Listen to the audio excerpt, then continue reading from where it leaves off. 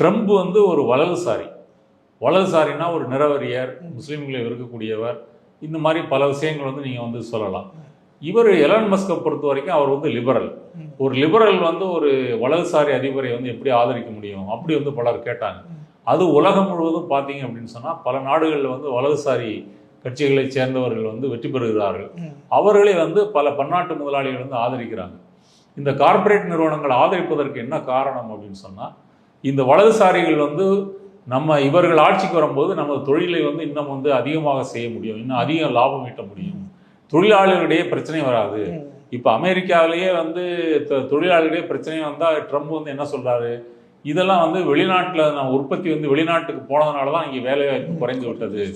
ரெண்டாவது, இங்கே சட்டவிரோதமாக தங்கி இருக்கக்கூடிய இந்த அகதிகள் தான் வந்து நமக்கு வந்து வேலைவாய்ப்பை பறிக்கிறாங்க. இப்படின்னு சொன்னால் வெள்ளை இன தொழிலாளிகளை வந்து நீங்கள் வந்து கவர முடியும். இப்படி தொழிலாளிகளுக்கிடையே ஒரு வேறுபாட்டை வந்து கொண்டு வருவதை வந்து முதலாளிகள் வந்து விரும்புகிறார்கள்.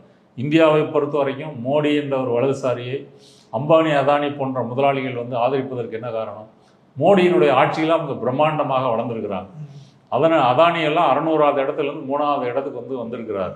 இதை எப்படி சாத்தியமாகியதுன்னா மோடியினுடைய அந்த ஆட்சி தான். இந்த போக்கு உலகம் முழுவதும் இருக்குது. மேம்படுத்தப்பட்ட சமூக பொருளாதார வளர்ச்சி அடைய மக்களுக்கு வழிகாட்டுவதே மக்கள் நீதி மையத்தின் முதன்மை பணி.